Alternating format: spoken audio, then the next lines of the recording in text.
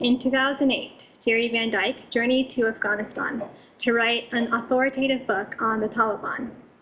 But unlike his previous trips, this one took a turn for the worse. And that February, he became the second American journalist to be captured by the Taliban. He chronicles the intensity of that 45-day ordeal in his new book, Captive. Since his 20s, Jere has spent much of his life learning and later reporting about Afghanistan. In 1981, while working as a correspondent for the New York Times, he lived with the mujahideen as they battled the Soviet Army.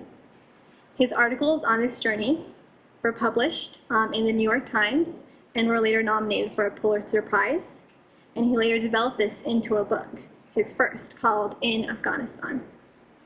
In 2001, he covered the war on Afghanistan, as well as the murder of Daniel Pearl, and has written for many publications, including the New York Times, the Wall Street Journal, and the National Geographic. Jere is currently a consultant on Afghanistan, Pakistan, and Al-Qaeda for CBS News, and writes for the Carnegie Council. We'll have some time for Q&A at the end. Please come to the mic located over there with your question, and note that this talk is being taped for YouTube broadcast. And with that, please join me in welcoming Jere Van Dyk.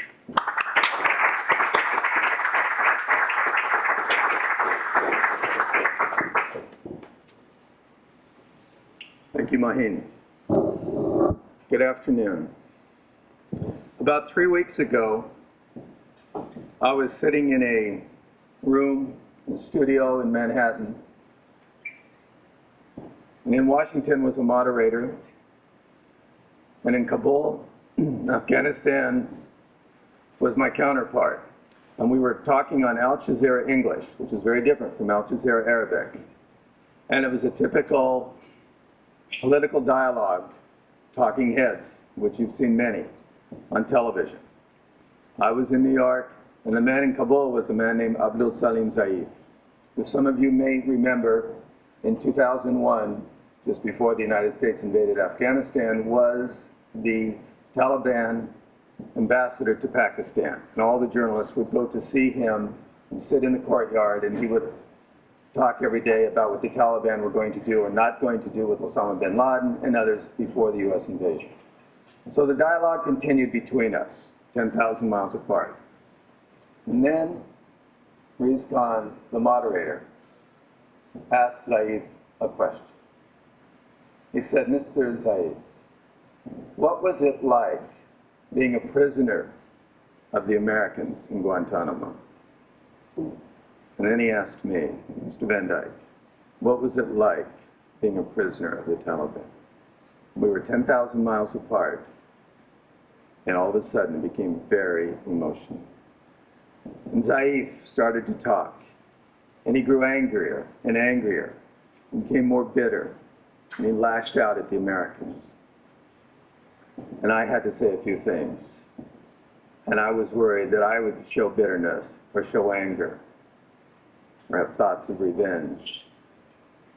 And as the dialogue continued, I stopped and I thought, so this is where it has come to, because I talked in 2006 with Zaif, this man who harbors this bitterness, who's today working undercover behind the scenes with President Karzai and the United States to try and bring the Taliban and the West in some way together. How this trip I took in 1973, when I was a student in Paris, going to school on the GI Bill. The school had ended, sitting in a cafe with friends of mine, different countries, and like young people, like you perhaps today, or certainly a few years ago, would sit around and say, "I want to be this." One man said, "I want to be a doctor, I want to be a journalist, I want to work for the World Bank." And I said, "I want to go to Afghanistan." I wanted romance, I wanted adventure, I wanted excitement.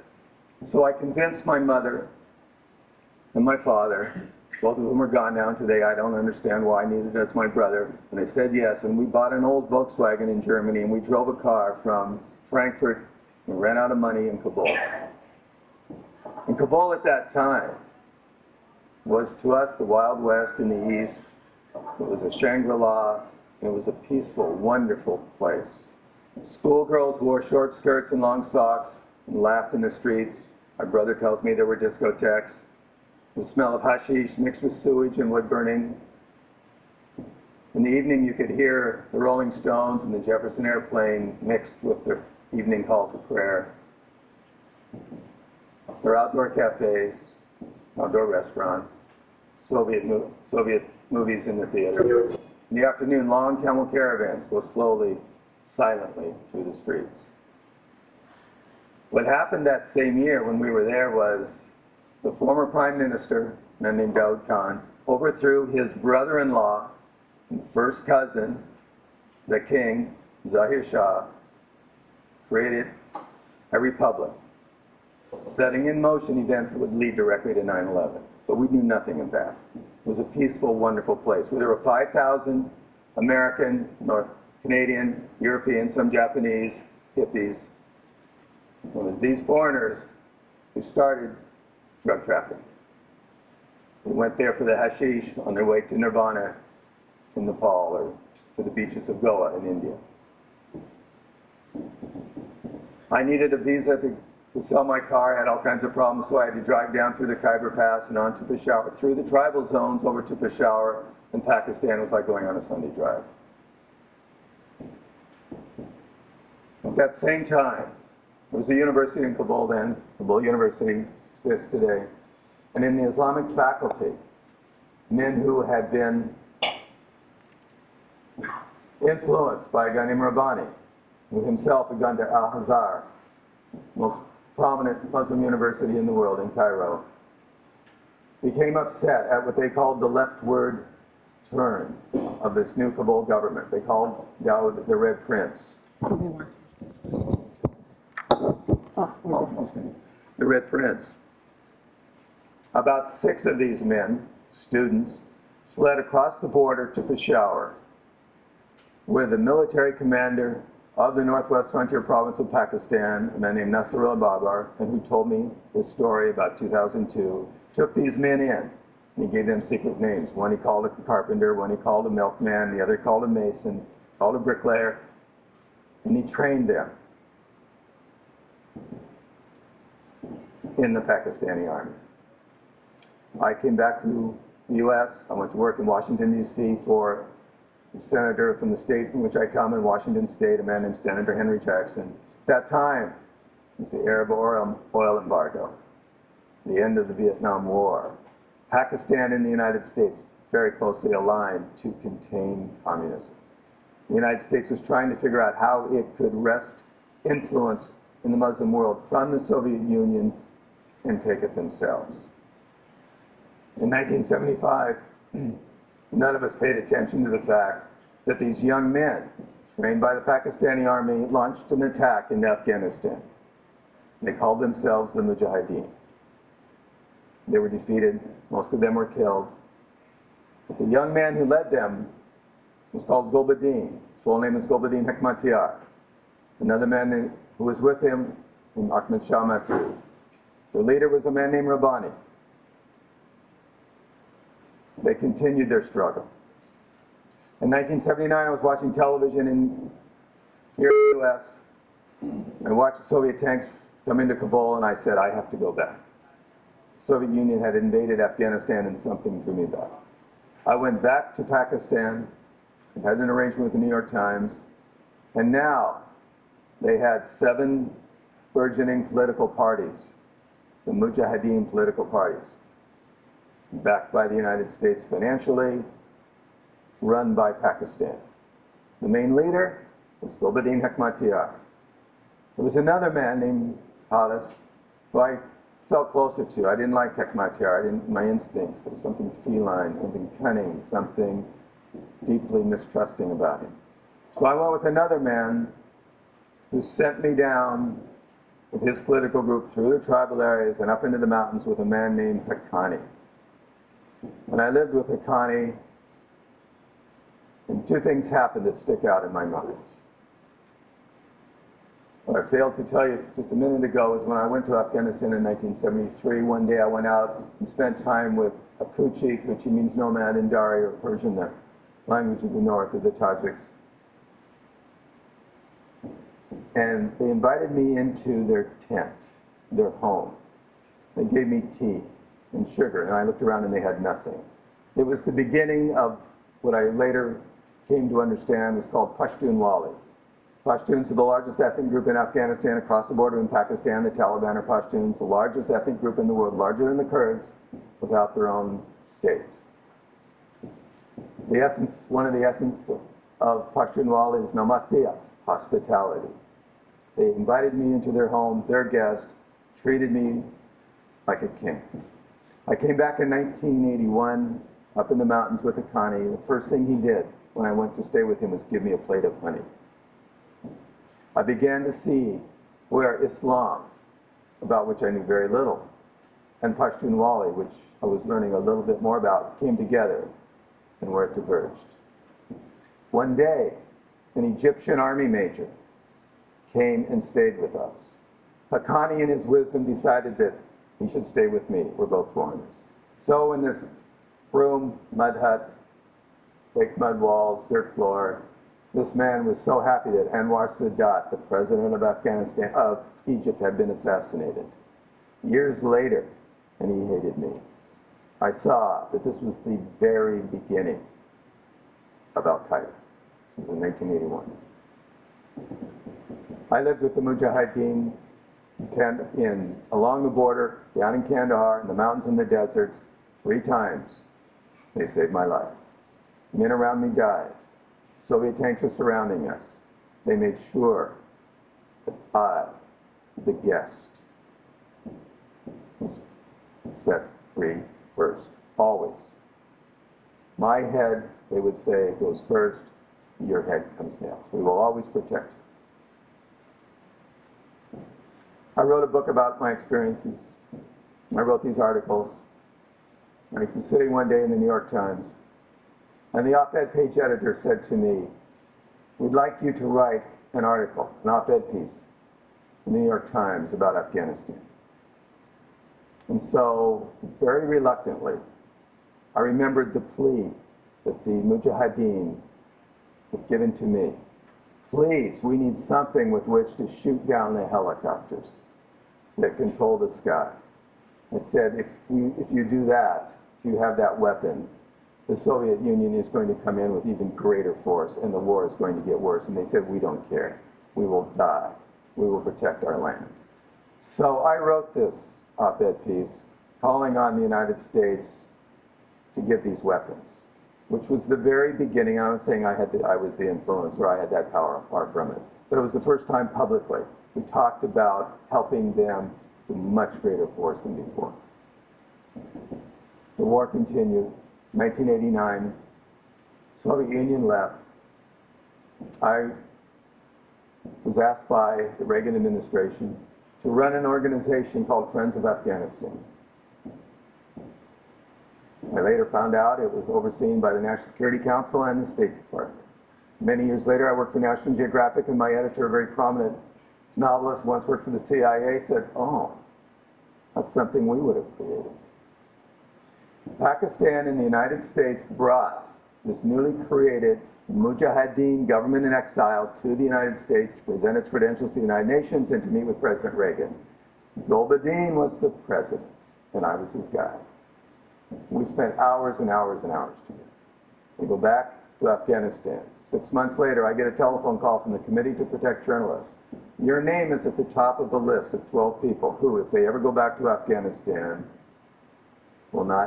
we cannot guarantee their safety. Written by Gulbuddin's political party, Hezb Islami, which means the Islamic Party. It was a death threat. Did I want to write an op-ed piece in the New York Times? I said no, the first and only writing assignment I've ever turned down in my life. Hekmatyar thought I was working for the government, which indirectly I was. And why did I take that job? Because I felt guilty for the article that I had written, because I knew the war was going to get worse, and it did get terribly bad. I got tired of the politics of Afghanistan and being used, I felt, by the White House, and I left. And I traveled the world for National Geographic, going to faraway places, and I could never forget Afghanistan. Osama bin Laden came on our radar. In 1996, I was reading in the newspaper that Osama bin Laden returned from Sudan, and he went to Jalalabad in Afghanistan, invited back by the then president of Afghanistan, Rabbani, head of the mujahideen, brought over by Pakistan. He stayed with the very man who sent me in to be with Haqqani, a man named Yunus Khalis. After 9/11, bin Laden gives one interview to a Pakistani journalist, Ahmed Mir, after which he goes back to Jalalabad, stays again, the man who sent me into the area to stay with Haqqani, from which he went up to Tora Bora. 2001, I returned to Afghanistan as a freelance correspondent for CBS. I decide I have to find out what has come of these men I knew from before. I went to see Yunus Khalis, the only journalist today even allowed to see him, in Jalalabad. I went to see him twice for one reason. Well, two reasons. I wanted to say hello, and I wanted to find out what I felt no one else could really find out. They would not let me alone in that room with him. For about 5 of us, we were never there for more than 10 minutes. I did it twice, 2002, 2003. That same time, 2002, the first time, I was on a flight traveling around the country in Afghanistan, and we were, because of a snowstorm in Kabul, we had to go to Islamabad, much lower elevation. A newspaper, Pakistan, English language newspaper called The Dawn, we saw an article about an American journalist who disappeared in Karachi. I said, I want to go down there. So I went down to Karachi and I spent a month following the story of Daniel Pearl. Then the United States announced it was mounting the largest operation since Vietnam in a place called Shahi Kot in Paktia province in Afghanistan. They called it Operation Anaconda. I said, Shahi Kot, that's where I lived with Haqqani. Then I stood on the plane, I watched the B-52s go overhead, and I said, I have to find Haqqani. I have to find out what has become of my friends, the men who protected me, who saved my life in the 1980s. I continued to travel in Afghanistan. 2006, I got hired by the people who were running Charlie Wilson's War, the movie, to be the technical advisor. I was a military advisor, I was the Afghan advisor, and there was a CIA advisor. And the CIA advisor and I did not get along. Maybe Mike Nichols, the director, wanted this for creative tension. But I didn't like the way he was promoting the ISI, and I know this is being paid, the ISI promotion, or promoting the ISI part of the war between Afghanistan and Pakistan and how the ISI had helped in this war.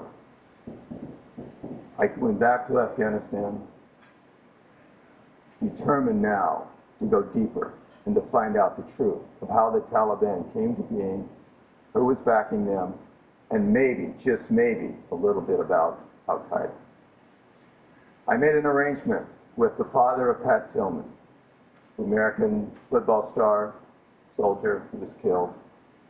And I went up into the area about 2 miles from the border where he was killed. Everyone said, don't go. No journalists go there. The only people who've gone there are the military. For the first time since the early 1980s, I put on a turban. I let my hair grow, began to grow a beard. I wore Afghan clothes. We're up in the mountains, and I said, wait a minute. I was here in 1981. I've walked through here. I know this area. Nothing has changed, except I'm now the enemy. Across the border, not 2 miles away, my guide said, that's where Haqqani lives. That's where the mujahideen used to come across. That's where the Taliban come across today. I began to think, maybe, just maybe, I could go into this no man's land, they call it, this area that's a blank space on a map, where Al-Qaeda is supposedly headquartered, where the Taliban is supposedly headquartered. Maybe, if I don't say anything to anybody, I could do this, but how?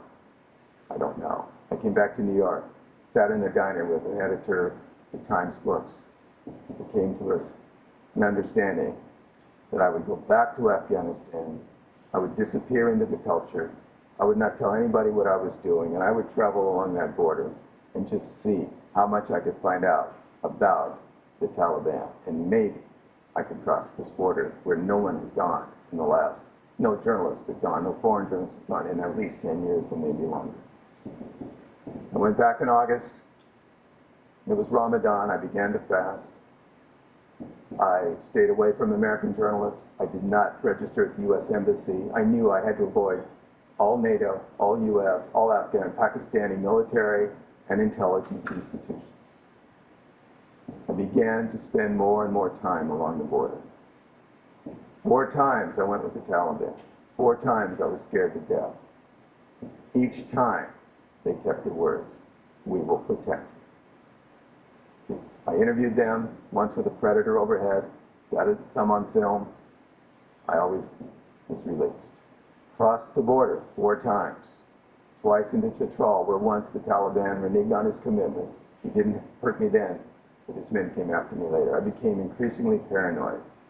I was living in a very dark world, totally dependent upon my guides, totally divorcing myself from the West, trying to pass as much as possible like a Pashtun, how to dress, how to walk, how to look at a man and away, how to eat.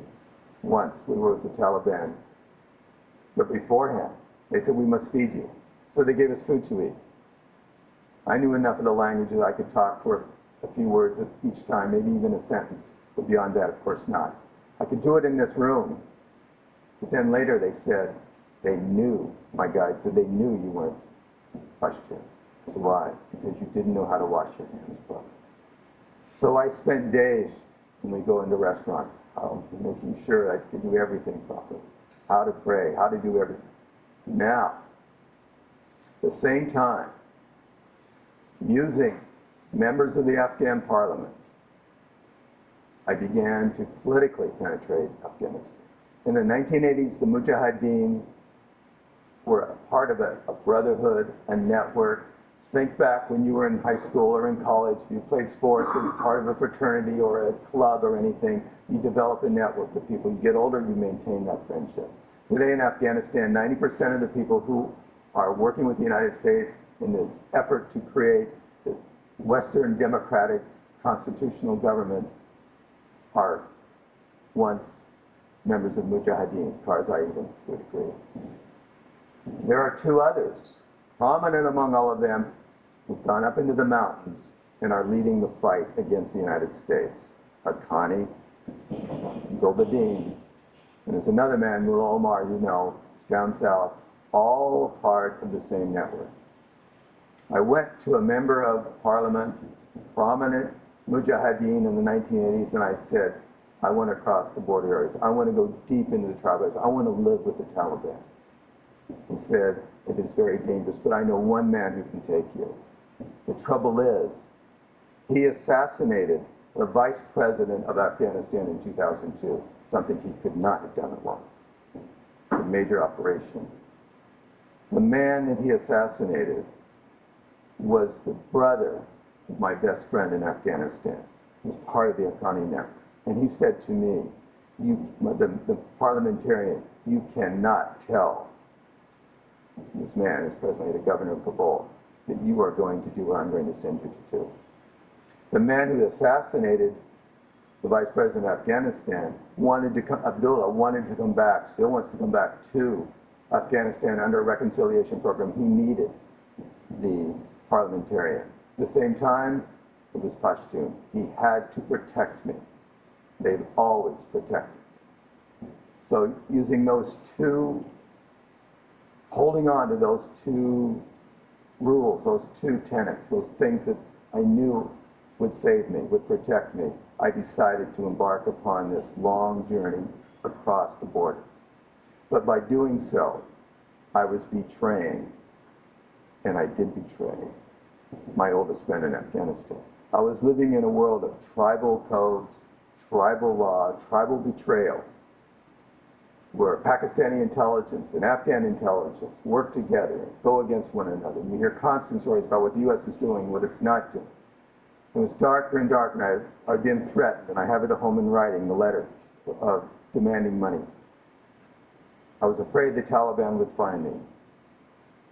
I didn't want to be anywhere else in the world. It's like adrenaline. The paranoia, the excitement, the thrill, yes, the hubris. I'm going to do what I didn't feel anyone else could do. Because a long time ago, an Egyptian army major stayed with Haqqani, Osama bin Laden stayed with his leader.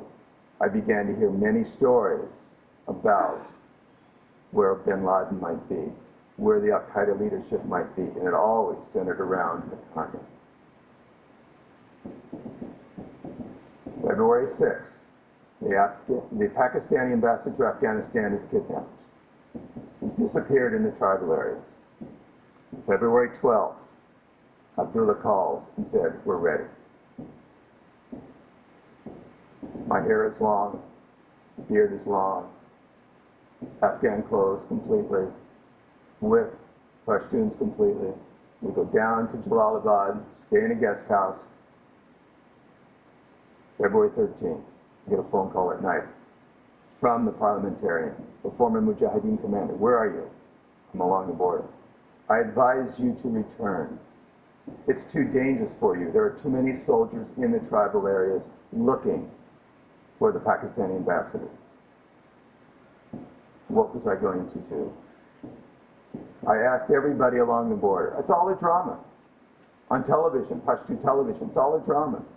It's a way for Pakistan to get money from the United States to show that the Taliban are in power, to show that the Pakistanis are doing all that they can. Now their own ambassador's been kidnapped. Don't believe anything. Every single man along the border would say this. But what about the man in Kabul? Well, he doesn't know. He's too far away. What am I going to do?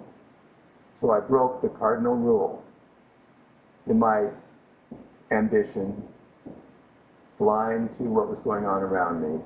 I forgot what Kipling wrote, which is one reason I think McChrystal blew up, unfortunately for him, in Rolling Stone article, why the United States is having such trouble. It goes back to what Kipling said in one of his poems. "Here lies a fool who tried to hustle the East."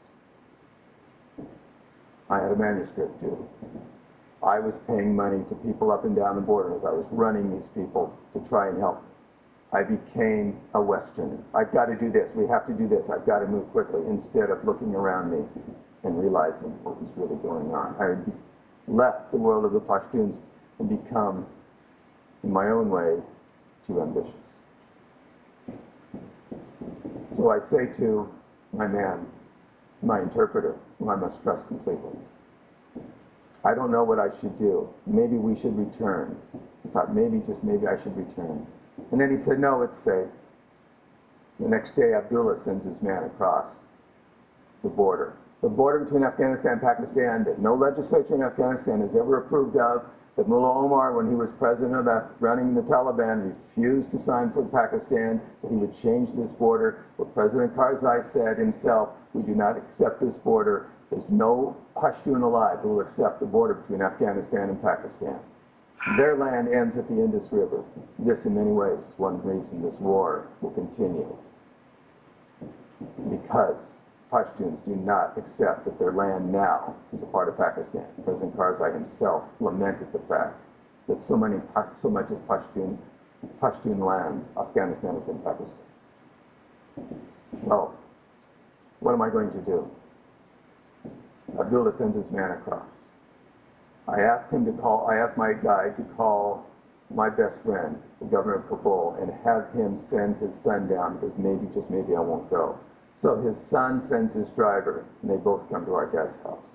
Two men, 5 feet apart, in a Hatfield and McCoy's clan war writ, very lethal and very large.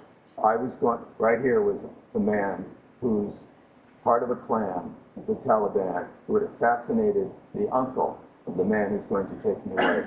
And they're involved in a huge clan war along this border. What am I going to do? I turned around and I said, "How long will we be gone?" I said, "We're only going to go for 3 days to see how safe it is. We're going to have 20 bodyguards. and then you come back, and then we're going for our long 3-week trip deep into Waziristan and everywhere. I said, okay, let's go. I made the decision to change my life. February 16th, my driver, a man who took me 3 times to the Taliban, once deep into the Taliban with Al-Qaeda, always protected me, always risked his life, drove us on the main 2-lane paved road towards the Pakistani border, across which 90% of the material that the United States and NATO need for their war in Afghanistan. We drove up, and then he turned left, and we crossed a track, and then we just dirt track up into the foothills. Got out of the car, could hear birds sing, saw a tree, it was silent. And my interpreter said, give him some gas money. So I took out 1,000 rupee note, about $20, Pakistani money. Pakistani money counts far more than Afghan money in Afghanistan along the border. And I went over to give it to him.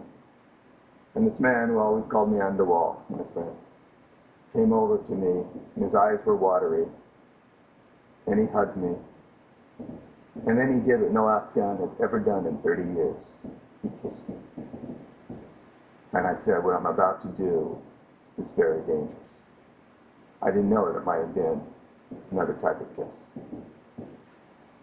We set out, crossed the border, my bodyguard, my interpreter, and me, a man waiting on a ridge, holding a rifle. There are no men carry rifles in Afghanistan anymore except soldiers. The Americans and NATO have disarmed everybody. He welcomed me, gave me a hug, proceeded on, and over time, about 8 hours, deep into the mountains, hiking north, my 2 bodyguards, who must never, as Pashtuns, give up their rifles. You must never let any man disarm you. You must fight to the death. You must protect always your guest. Are in the lead. I'm third. Behind me is my interpreter. I look up. I see a tinge of black movement behind a rock. I know. It's not a sheep. It's not a goat. It's not a crow. It's a Taliban. Muhammad wore black turbans, it is said. He waged jihad at the very beginning, but became Islam. That's why the Taliban, it is said, wear black turbans today. The man rose over the rock, came running with his rocket-propelled grenade launcher, about a dozen men spread out, running down the mountain. In the lead, I knew it was the leader, a man in a black turban with his walkie-talkie. And part of me said, good, commander's in the lead. I'm dead. It's over. The rocket-propelled grenade launcher is 6 inches from my eyes. His eyes are cold and fiery, gleaming, angry, and I froze. I look over, and I see a little boy, about 13. There were 3 boys and 2 donkeys who had been smuggling weed across the river. They came up, and the little boy started to cry. And the Taliban came in and said, "Zah, go." And I was so envious of that boy. He was free. Because my interpreter was standing over there cowering. My 2 bodyguards, as the men stood over them with their rifle butts, the worst thing I saw was that my bodyguard showed fear. I had no support. It's over. It took us deeper into the mountains, put me on a ridge, sat me down, the weather exactly like the weather here. I thought this is Mediterranean, it's like California. Sitting on that ridge, I'm looking west towards the United States. I thought of my family. And I waited, and slowly they wrapped the turban around me and blindfolded me, and then they tied me. And I heard the man next to me fingering his rifle. But at that time, I was in such shock that I kept my back straight, sat up, waiting. Didn't happen. Down the mountain, into a car, up into a mountain. They separate me from others. Late that night, we finally arrive at a place. They take me, it's cold, I can hear dogs barking, into a room. They untie the turban,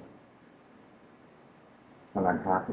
I'm not alone. I see my interpreter, I see my 2 bodyguards. I look around for blood on the walls, I see chains on the floor. I said, I'm in a Taliban prison, deep in Pakistan, and no one knows where I am I can find him. They came over to me, and the Taliban commander said, "What is your name?" And I gave him my name. And then he said, "What is your father's name?" I am in deep Pashtun, in my view, territory. The most important question in Afghanistan I learned many years ago is, who's your grandfather? Who's your father? Deep tribal culture. These were the Taliban. The Taliban wanted to create a world of Islam, to do away with Pashtunwali, to do away with this ancient tribal structure, to create a world not unlike Prophet Muhammad created in Medina centuries ago. Yet the first and second questions they asked me went deep into the heart of Pashtunism, to Pashtunwali. Who is your father? Who is your grandfather? He didn't ask me who my grandfather was. I said, For a moment I could step back. Well, they said, if you are a guest, we will not harm you. If you are here in another capacity, we will judge you under Sharia. In other words, if you are a spy. And I'm finished. At that time I said to them, I'm an American. I finally couldn't keep up the fiction any longer that I was not. It was a moment of relief, but also a moment of, this is it. Later that night, the Taliban went next door to eat. The two jailers came in with rifles. And my two bodyguards say, if they start to torture us or kill us, we have to kill them. My first bodyguard says, I'll take him. And the other one says, I'll take him. And I was sitting there, and I said two things to myself. One, I was in the army a long time ago. I never wanted to fight in Vietnam. I'm here as a journalist. I now have to kill or be killed. Where is the safety on Kalashnikov? My world became increasingly dark. It started with the turban, and now I'm in a situation where I may have to kill to survive.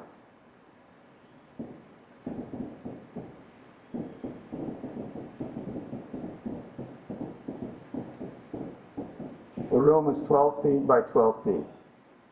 Straw roof. I could see maybe 6 feet in front of me. It was too dark. We were allowed a lantern on occasion, flashlight later. We were allowed to go outside 3 minutes at night, use the bathroom. The arguments began. Why did you allow this happen? Why did you do this? Why didn't you save me? Why didn't you do that? You're Pashtun, you're supposed to protect me. Anger. 4 men who had once been friends now became, over time, deeply primal and a bit like animals, because we lived in this very dark cell. But I knew that they were my guides and I had to save them. So on the fourth night, we had our main interrogation. They took each man out. I didn't expect them to come back. They did. And then the Taliban came in, marched in, sat down, 15 men in a room. A lantern, a flashlight, everybody armed, silent, staring at me. And the Taliban commander is sitting in front of me. I'm 2 feet from him, and I knew instinctively how smart he was. The questions were quick. His eyes were gleaming like a cat's eyes. His voice was strong. Back and forth for 2 hours. I knew what to say, I hoped. What not to say, I hoped. I had to do everything I could to save my life and the men I had brought here. The interrogation ends. I slump down. I think I'm okay. Am I okay? I don't know. I look at his eyes. He doesn't see anything. He walks out. The Taliban commander now came back in, and this time 3 men behind him. Black turbans, sunglasses, army fatigue jackets, bandoliers, and rifles. And they don't go in front, they go behind me. And they stand there. I know what is coming. I've been now 5 days with the Taliban. I'm no longer in shock. It's just utter fear. I couldn't bring myself to lift my head up. My back was down. I had to protect my neck. The Taliban commander, with anger in his eyes, came over to me. They had taken everything from me before, all my money, everything, and he handed me this small Sony handheld camera. And he said, "How do I turn it on?" And I said, "Oh, I'm going to help you film my own execution." Shake. I didn't even want to help him turn it on. Turned it on, I gave it back to him. And he began to my interpreter, and he began to film, and I couldn't look at him. My head was too far down. I couldn't bring myself to lift my head.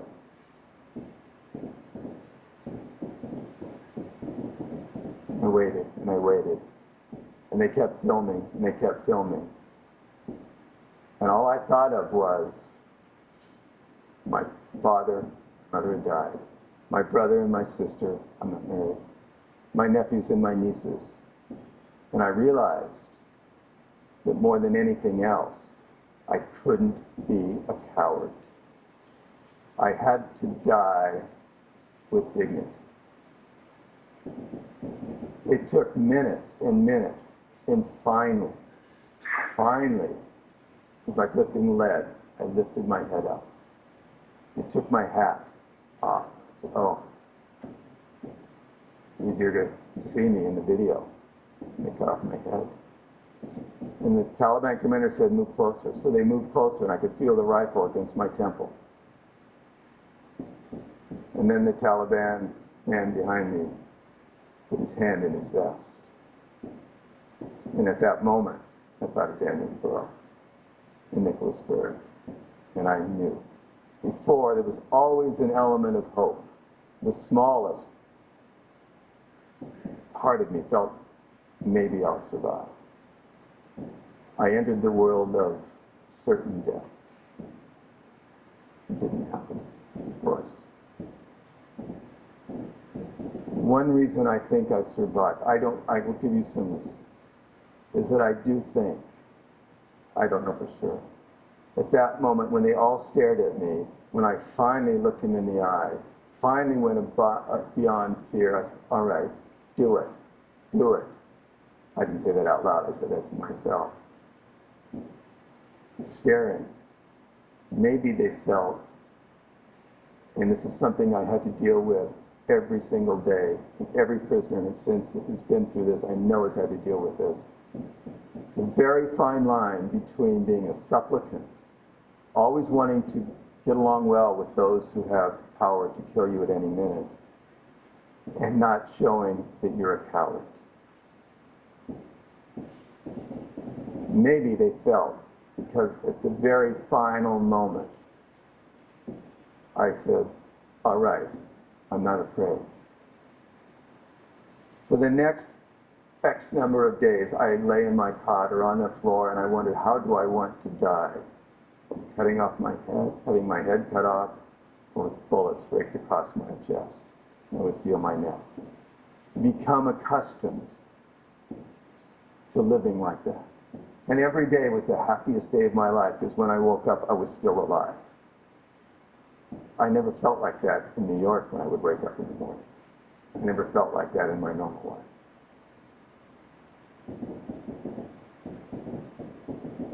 I wanted to go deep into the heart of the Taliban. I wanted to learn all about them. And I had failed. I had been kidnapped by the Taliban. Everything was over. They're going to kill me. I have failed in what I thought more than anyone else could do. I pleaded with them for a pen, for paper, and eventually I began to write. I took notes. Very fine line between a journalist and being a spy, and eventually they realized that I was writing a book. A long time ago, when I first went to Pakistan, the New York Times correspondent, my mentor, a man who died about 3 weeks ago, Mike Hoffman, took me up into the mountains. He looked over into Afghanistan and he said, "Do not worry about the story. It will come to you." I went deep into the tribal areas of Pakistan to learn about the Taliban. I thought I had failed. For 45 days, I went deep into the heart, not just of the Taliban, but of myself. And in the end, what the Taliban gave me was the deepest understanding, not just of themselves, but of myself. When I finally was passed from one Taliban group to the next on the way out, when they decided to release me and said, "Congratulations on escaping death," and the Taliban leader told me too many times, so I knew that someone else, someone above him, had made that decision. It was a tribal leader who finally took me when we crossed the final river and passed one Taliban group to the next, who brought me to the American military base. It was the Taliban who worked with the tribal leader. It was the tribal leader who gave his word. Faith counts for a great deal, but blood counts for more. I had to listen for hours to Taliban recruitment tapes, Taliban suicide recruitment tapes. They spoke of, and it was like listening to a Vienna Boys choir, haunting, dare I say it, melodic. Pashtun history, Pashtun geography, Pashtun poetry. The United States is fighting the same thing that the Soviet Union fought. It's religion tied with nationalism. In 1981, a Soviet helicopter came over us. The men in the compound I was with, underneath, were shaking with fear. There was a predator for 3 weeks on top of where we were. I don't, to this day, know if it was looking for me or looking for the Taliban. I was in a Taliban way station. Not once did they show fear. The New York Times editorial said about a month ago, the United States is flying blind in Afghanistan. The oldest saying in Afghanistan is, it's very easy to enter, but very hard to leave. We're going to be there for a while. But what I was able to do many years ago was write a book about the mujahideen, and now I've been able to write a book about the Taliban to explain them in some way, not just to myself, but to you. Thanks for the opportunity to tell you.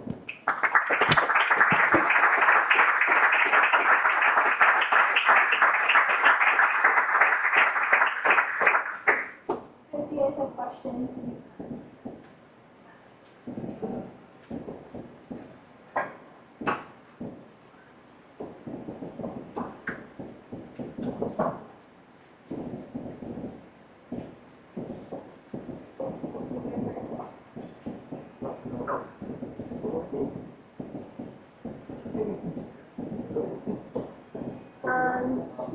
Go ahead. If you could just repeat the question.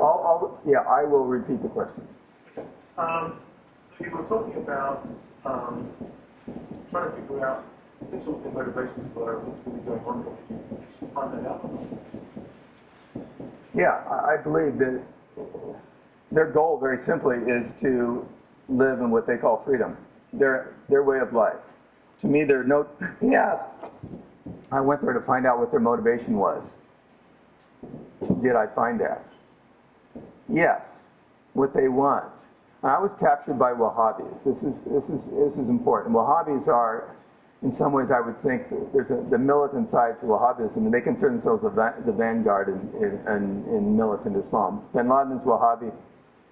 The 9/11 hijackers were Wahhabis. Wahhabism is alien to Afghanistan. In the 1840s, when the British were there, those leading the fight against them, they called Hindustani fanatics, were Wahhabis. So you have a combination now of ancient tribal rule, which the Taliban are opposed to. They want to create what they believe will be an idyllic, honorable, equal, free world of such as existed in Medina 1,500 years ago. The trouble is they will kill to do that. They do not want anybody from the West to encroach upon their land. They don't think there's any difference between the mujahideen and themselves, nor do they think there's any difference between the Soviet Union and the United States. We are all, or NATO, we are all Western, in this case infidels, but we are trying to invade their land. They see, at one time, they saw themselves primarily as Pashtuns, but today they see themselves as deep Muslims with, in my case, with the Wahhabis, the true faith. There's an old saying in Pakistan. It goes, I've been a Pashtun for 5,000 years, a Muslim for 1,500 years, a Pakistani for 50 years. Now what you have is the role of Islam. And I believe as elements of the Pakistani Military Intelligence Agency see it, to create, and this will come from President Karzai, and this will come from them themselves, to take radical Islam in their interpretation of Islam, to divide the Pashtun nation. That border between Afghanistan and Pakistan was created by the British, divides the Pashtun nation. The border between India and Pakistan divides the Punjab. The Indian army recruited most of its soldiers from the Punjab. They divided to conquer. Half in India, half in Pakistan. They divided the Pashtuns, half in Afghanistan, half in Pakistan, to divide them. How can you divide the Pashtuns in Afghanistan?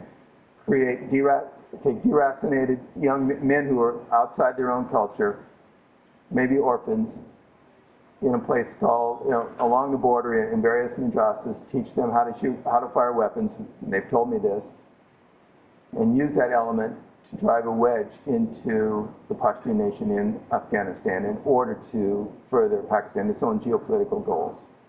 This is what President Karzai told me, and this is what the Taliban believe, and this is what they want. They want Islam, as they see it, to be the ruling force, and that we, by bringing what they call the Western religion of democracy, are the enemy. That, I believe, is their motivation. Anybody else? The American government publicly believes that we can build this unified Western democracy within the near future. Is this even a realm of possibility? He said that the American government feels that it can create this Western constitutional democracy in the near future. Is that a possibility? No. You have the United States and its allies have been there for 9 years. And as I mentioned, the New York Times editorial, not the New York Times has the answers, but it said the United States is flying blind. You have Major General Flynn, who is an intelligence officer to General McChrystal, saying about a month ago in the Washington Post or so, we have no intelligence. A general in the Washington Times, which is a conservative publication, said a few weeks ago, we cannot get into the Pashtun mind. The United States is floundering. And I'm not sure ultimately what America's goal is. We've had this long, in American policy, in foreign policy view, fruitful relationship with Pakistan in containing communism. In the paper this morning, I was reading coming down on the flight from Seattle, General Petraeus wants to take the Haqqani network and have it be certified, if you will, by the United States as a terrorist organization, but Pakistan doesn't want this. The bulk of the fighters wreaking havoc along the border and up into Kabul come from the Haqqani network. But Pakistan won't allow it, and the United States is not pushing Pakistan or is having a hard time even getting them to designate this. So I'm not sure what the United States, and I'm serious, I don't know what America's real goal is outside of trying to prevent Afghanistan from being a refuge for Al-Qaeda or terrorism, if you will, that can wreak havoc in the United States or anywhere else in the West. But I'm not sure to what degree it's not working with Pakistan, because it wants Pakistan to stay together and not be dismembered by the Pashtuns or by terrorism, because in my view, it's very simple. Go to the Pakistani military leadership and tell them to stop backing the Taliban. One Talib told me the amount of money they get for every bomb they set, for every bomb that goes off, for every uniform they steal, for every American they kill, suicide bomber gets the most. Now, I don't know the answer to this, but the American taxpayer money that's going to Pakistan used to do that? I don't know. It's going to take a long time. President Obama wants out by July 11th. That's why Gates and others are saying, well, we only mean the surge element. We'll come back. If I had a son who was 20 years old and wanted to join the military, I don't know if I would promote them. But, So the other half of that question. What, you're put in charge of, you're given the crystal's job. What do we do? What's the right approach for the next 5 years? oh, if I were a military man, which I'm not. Or- Oh, if I had the political power, I would. I don't know if you can do this, but I don't really see much difference between the Bush administration and the Obama administration. I would level with the American public on exactly what we are doing there. In that movie, I'm saying that Oliver Stone has the answers, but in that movie, W, he made it clear when in the Dick Cheney character that the reason we're in Afghanistan, and he pointed to the former Soviet Central Asia, largest untapped oil and natural gas reserves in the world, is it to soft containment of China? Do we want to surround China as we once surrounded the Soviet Union? Is it to surround Iran? We're in Iraq still to a degree, and we're worried about the Iranians. Is this, and we also, do we want to prevent China from gaining further access to minerals in Afghanistan? I don't know that answer. Do we want to prevent the dismemberment of Pakistan? Probably, because the Pashtuns certainly do not want that border to exist. They want that land back, but they don't. As President Karzai said, we are too weak. I would go right to the Pakistan, not to the President Zardari. No, go to the real power in Pakistan. It's General Kiani and Lieutenant General Pasha of the ISI, and say, stop supporting the Taliban. Because the Taliban said to me, and it's very clear, in fact, the British in pulling back from Sangin and Helmand Province said the reason we're having trouble down there is because we are there. If we're not there, they're not going to fight us. They are fighting us because we are there. But, as tribal leaders said to me, if you leave, the Taliban will take over in 2 days. So it's almost an impossible situation unless you level with the Pakistani government and do what I think the United States is doing but won't admit, and using Saudi Arabia and perhaps elements of Pakistan, and which is one reason why President Karzai, and he's right to do this, says the Taliban are the sons of the soil of Afghanistan, is negotiate with the Taliban and come to some sort of accommodation. Not so long ago, I read in the paper where former CIA people said, Haqqani is someone we can work with. The CIA man, it was the CIA man who worked with me, we worked together in Charlie Wilson's war, lamented that the fact that Haqqani, when he had the opportunity, and it is said that after 2001, he went to the U.S. Embassy, and the U.S. tried to bring him over, but he said no, and he went back up into the mountains, that he lamented that Haqqani went with the Taliban and not with the United States. In other words, these men that I used to know were once our close allies, and they feel they can be our allies again. Hekmatyar has long been a son of the Pakistani military from 1973 to up in the mountains today. Pakistan can bring this in. So can the United States, and I don't think they truly are leveling with us. I don't know if I've answered your question, but that's what I know and what's what I believe.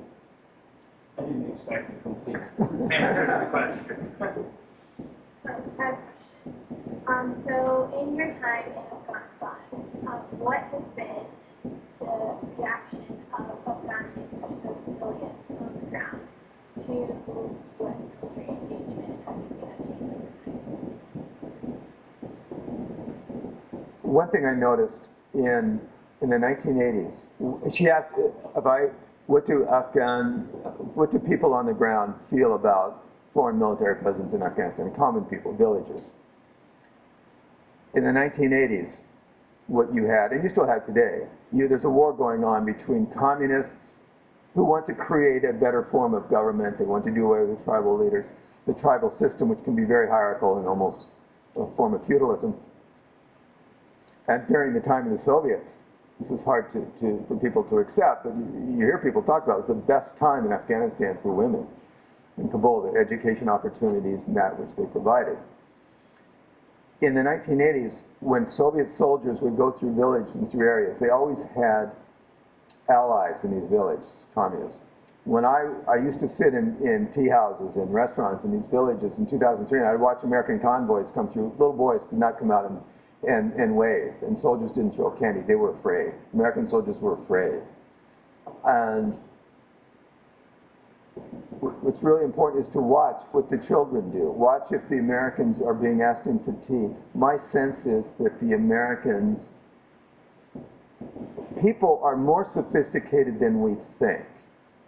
We think that with our civilization, our culture, our ability to, here I'm in the heart of the cutting edge of technology in the Western world, they don't have any of that, but they have a cunning, a wiliness, and an understanding, a certain wisdom that comes from having been through 30 years of war. So they know why the United States is there. But I do think that Petraeus and McChrystal are right to try and minimize civilian casualties, because the United States is increasingly seen as an invader. And the more we kill people, the more we harm people, the less we are seen there trying to help. These people are on the fence, don't know which way to go, because the Taliban will tell you, we know where your fathers are. The last thing the Taliban said to me is, we know where your family is. If you say anything, we will kill you. I got 40 to 50 phone calls, the worst of which was about 3.5 weeks ago. They can't do anything here, I don't think, but it's still there.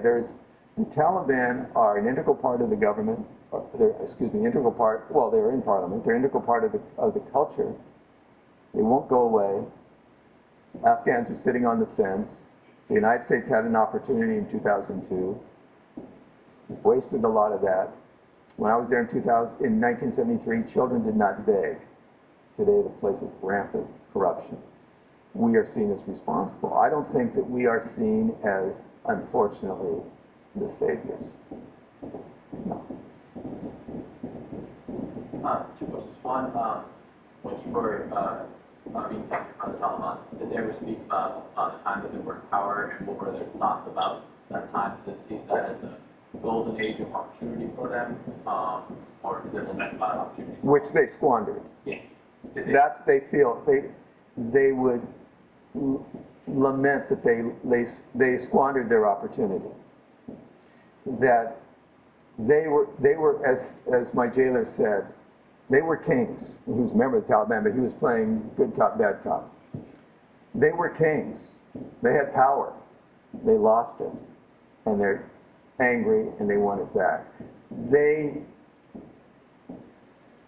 would not talk about the harshness of cutting off someone's hand or stoning someone, the worst forms of what we would call this barbaric form of killing somebody, but they would rationalize it, and it's under Sharia, you pay blood money or not.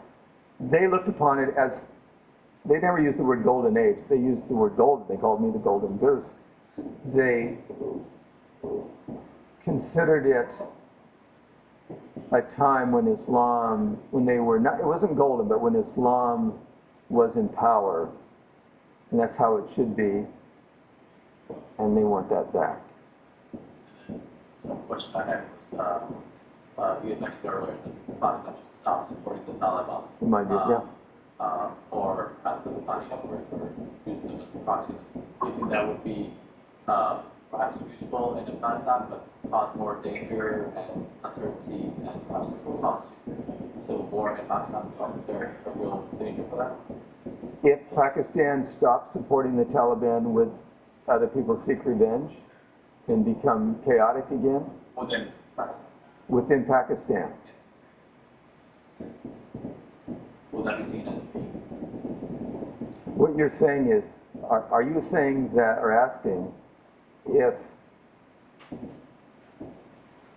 are the Taliban becoming so powerful that they can wreak havoc on Pakistan? The men who had me said not a shot could be fired in Afghanistan unless Pakistan gave its okay. I found it strange that when Musharraf was in power and he was rounding up all the lawyers and throwing so many people in jail that they could never find one single person responsible for one single suicide attack. There are many who feel that, and I won't say this, I certainly won't say this, but there's many who feel that Pakistan is creating its own problem in order to show that there is chaos, in order to get money from the West. Therefore, that they used to say you'll never find a suicide bomber in the Punjab. When you find a suicide bomber there, then you know there's trouble. Well, there have been some there. So are the Taliban, are the Pashtuns, or has Lashkar-Taiba and Jaish Mohammed, these are Lashkar-Taiba, which means Army of the Pure, according to India, according to the United States, are responsible for the main attack in Mumbai in Thanksgiving 2009. Are these people working now with the Pashtuns? They told me, the men who had me said, I would take you, we would take you, but they would cut off your head if they knew you were here, to where there are now Punjabi terrorist camps. I don't know how much of what the Taliban told me were lies in order to confuse me, knowing that I would write something and it would be a form of disinformation.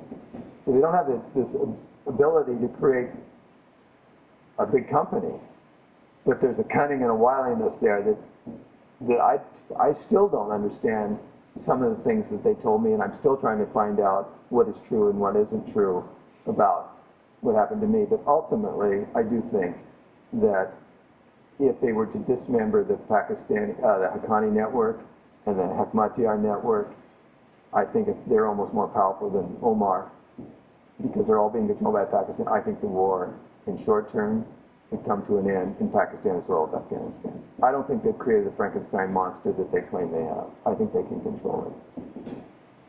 Could be wrong. That was your last question. Thank you.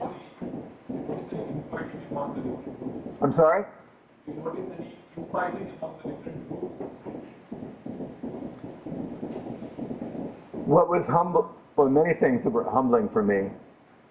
But one thing was the one man who came in one night on another interrogation, and he stood like guys I've seen on the streets of New York. And I asked, how are you? Trying to ingratiate myself to him. He said, Teek. Teek is Pakistani Pashto. Some of you know. In other words, I'm cool. He had an attitude about him. And he shone his flashlight in my eyes about that far away for half an hour. He was interrogating me. When he left, my jailer said, there are all kinds of animals in the jungle. There are many young men who want to be like their heroes, who have that DNA in them of Pashtun warrior culture. And they want power, they want money, and they want to take over, just like in any political party in the United States, any young politician, they want to achieve power. So while on one hand there's a very clear chain of command, they said, and there's a very clear distinction between Al-Qaeda and the Taliban, there are a lot of young men who want power, like that man who came in and called me a donkey that night, among other things. And so in many ways, yes, it's a jungle. Thanks for your last question. Thank you for